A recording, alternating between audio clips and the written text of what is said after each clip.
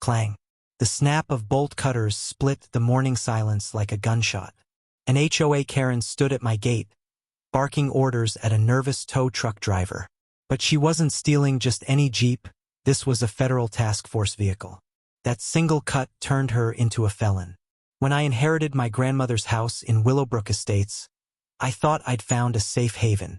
Every lawn looked identical, sprinklers whispered on perfect schedules, and neighbors waved with forced smiles.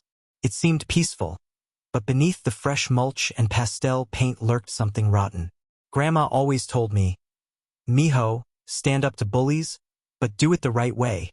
Her home was filled with those lessons, her voice echoing from the kitchen, her laughter still clinging to the curtains.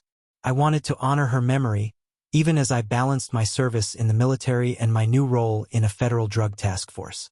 The Jeep I parked in her driveway wasn't a decoration.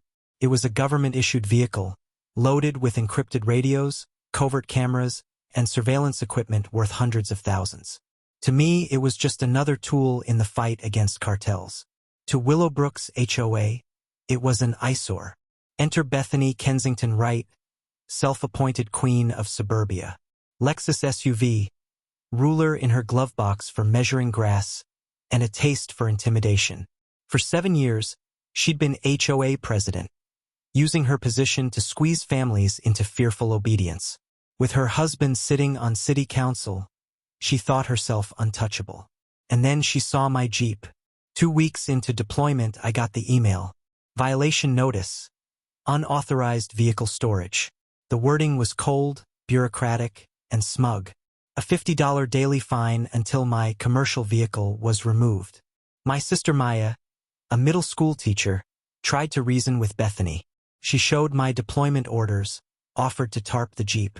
But Bethany looked down her nose like Maya was dirt. "Rules are rules," she snapped. "If your brother can't comply, maybe this neighborhood isn't right for your family." The threat wasn't just financial.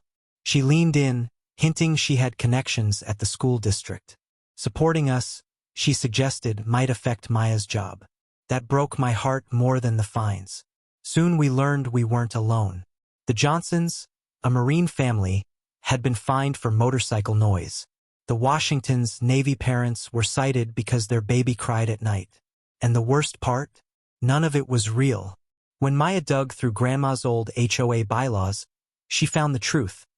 Government vehicles, military, law enforcement, emergency services were explicitly exempt.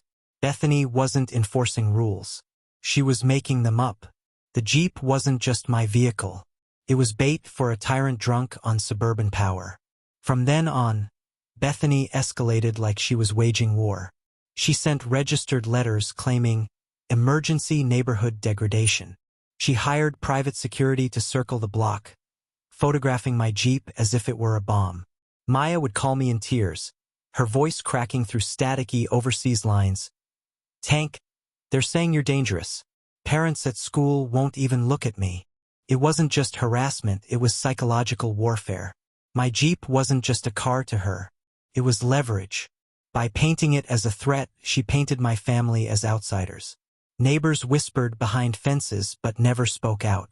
Everyone was terrified of being her next target. Each fine, each letter, each rumor chipped away at our peace. Then Maya found the smoking gun. In old HOA meeting minutes, Bethany had written that military families don't maintain long-term investment standards. Translation: she wanted us gone. She wasn't protecting property values. She was running a campaign of discrimination, backed by her husband's political reach. The sand in my teeth during deployment, the heat pressing against my skin, all mixed with the helpless rage of hearing my sister cry. Grandma's words echoed, "Stand up to bullies. Do it the right way." This wasn't just about HOA drama anymore. This was about fighting back against organized harassment of military families. And Bethany had no idea who she had picked a fight with. I contacted the Judge Advocate General's office, the military's legal sharks. One look at the files and Sergeant Williams' face hardened. "Rodriguez, this isn't HOA nonsense. She's threatening to steal federal law enforcement property. That's felony territory." The Jeep itself became my secret weapon. It wasn't just equipped for cartel surveillance. It had GPS trackers, motion sensors, and automatic photography for anyone within 15 feet. Every time Bethany trespassed, every time she peered through windows or snapped photos, the system logged her. 17 times in 3 days. Each one documented in crisp, time-stamped images. Meanwhile, Maya began recording. When security guards cornered her in a grocery parking lot, suggesting my Jeep contained dangerous military equipment, she held her phone steady. "Are you accusing my brother, serving overseas, of being a threat?" she asked. Their fumbling replies became evidence in a federal case. Piece by piece, we were building a wall of proof. Harassment, intimidation, fabricated rules, possible espionage. But the breaking point hadn't come yet. Bethany was running out of patience, her obsession growing. She wanted that Jeep gone, and soon she was going to make the mistake that would turn her from a bully into a criminal. I didn't know it at the time, but her next move would trigger alarms I couldn't stop if I tried. It was 6:47 a.m. on a Tuesday when everything exploded. The clang of metal echoed through Willowbrook Estates as Bethany gripped a pair of bolt cutters, her bathrobe flapping in the early breeze. With every snap, sparks of hysteria flew from her eyes. A tow truck idled behind her, engine rumbling. Maya's voice trembled as she whispered through the phone. "Tank, she's cutting your locks." She brought a tow truck.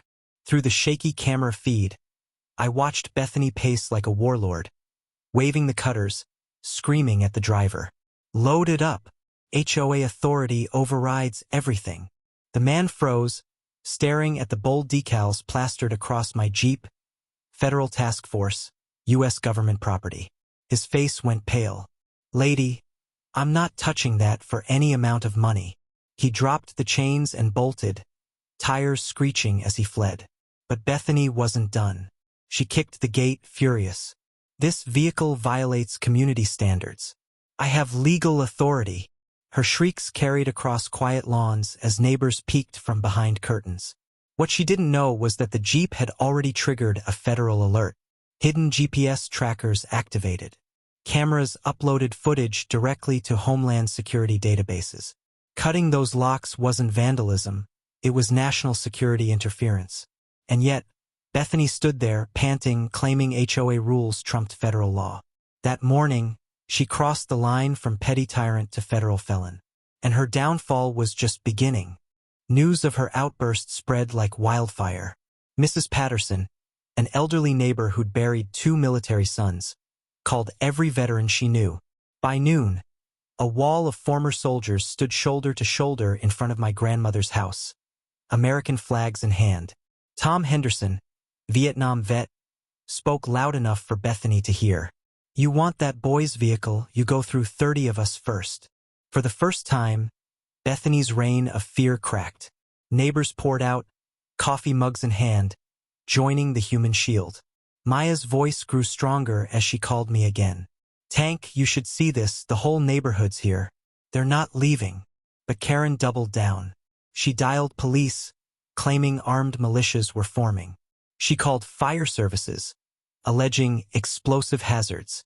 She even contacted animal control, insisting veteran support dogs were attack animals. Every false report dug her deeper. By the time officers arrived, the community was united, standing against her lies.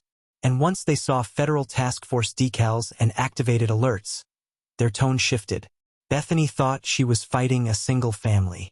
She didn't realize she was fighting a united neighborhood, backed by federal law. When U.S. Marshals rolled in, lights flashing, it was game over. Bethany stood defiant, clutching her bathrobe tighter. "I don't recognize federal authority over private HOA property," she screamed. Cameras captured every word, neighbors gasping. Marshal Torres' expression was ice. "Ma'am, you've obstructed federal agents investigating theft of government property. You are under arrest."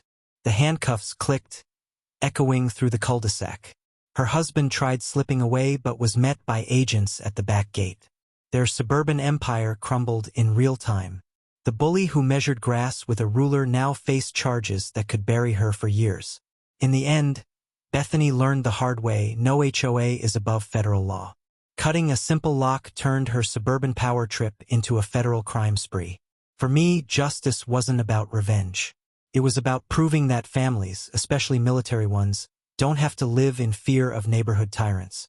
So tell me, what would you have done if an HOA tried stealing your property? Drop your story in the comments. I'll read every one. And if you love seeing bullies get exposed, hit subscribe. Because trust me, this isn't the last HOA meltdown we'll uncover.